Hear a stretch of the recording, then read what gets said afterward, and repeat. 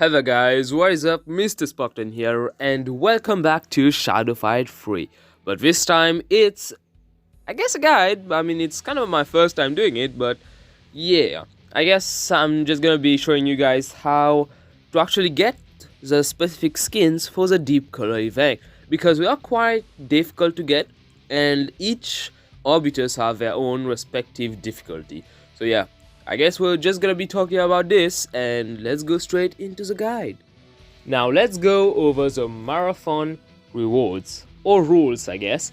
Well, I'm gonna be honest, I feel like it's kinda weird because obviously if you're trying to win a regular mode, it's usually 50 points, because when I played the greatest Gryphon, which was actually the previous challenge or event, and yeah, you got 50 points for playing a regular mode, but in this one you're getting only 15, which is kind of bad. And yeah, but it's the rules, I cannot change it.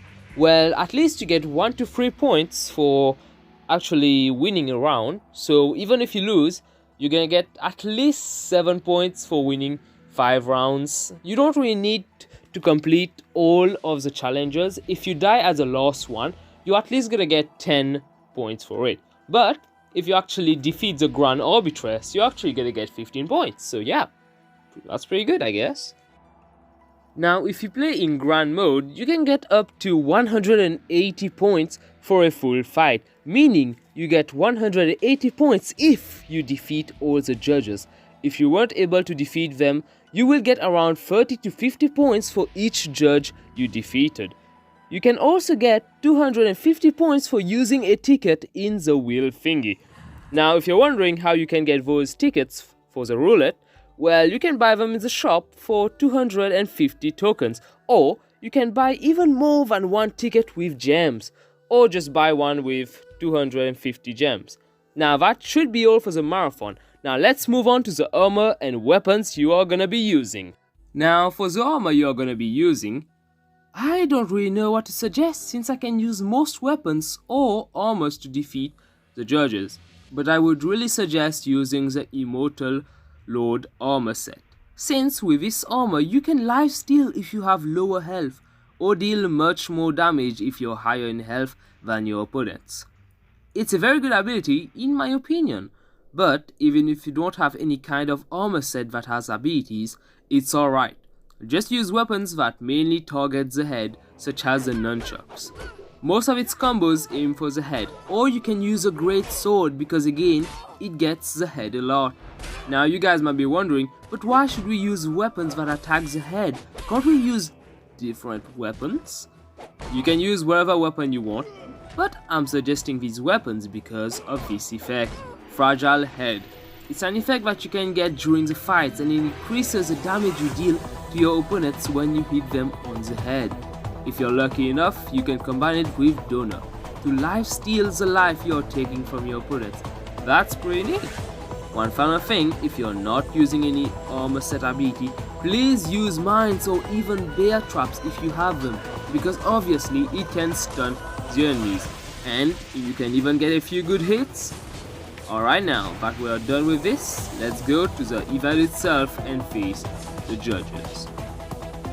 In this event, you will have to face 8 judges: Ruby Arbiter, Topaz Arbiter, Amethyst Arbiter, Sapphire Arbiter, Amber Arbiter, Emerald Arbiter, Obsidian Arbiter, and finally the Grand Arbitress.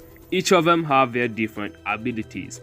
Ruby Arbiter has Infection, meaning that if you hit your opponent, bleeding effect will apply to them, but beware, because even your opponent can do the same thing. Just dodge his attacks and you should be fine. Topaz Arbiter has Venom Master, meaning that when you attack him, you will be getting poisoned with each touch, making the effect stronger. I would suggest attacking him 3 times and then let the poison effect vanish, so that you won't be losing too much health. Amethyst Arbiter has Damage Return, meaning that he has a chance to return some of the damage done to him back at you. This one kinda depends on luck, since you don't know when he's gonna return the damage, so good luck on that. Sapphire Arbiter has Shadow Adept, meaning that he gets shadow energy very quickly. You should try killing him as fast as possible or be aggressive to interrupt his shadow abilities. Amber Orbiter has Kosher Step, meaning that small eruptions will appear on the ground, knocking down anyone who is standing above it. Be patient and avoid the eruptions. Pretty simple, ain't it? Emerald Orbiter has Hydra, meaning that he can regenerate his health over time if you don't attack him for a while. Just go Seeker mode on his ass, man, he will die very quickly. Obsidian Orbiter has Eclipse, meaning that the stage will become dark at some point and then return to its normal state in a continuous manner. Be offensive when you can see, and be defensive when it goes dark. And finally, the Grand Orbitress. She has Vicious Cycle as her ability, meaning the lower her health is, the stronger her attacks. No, attacks, man. What am I talking about? Be careful on this one, as you can get one shot with a single blow if she gets her critical hit with her life almost down. And yeah, that's literally all.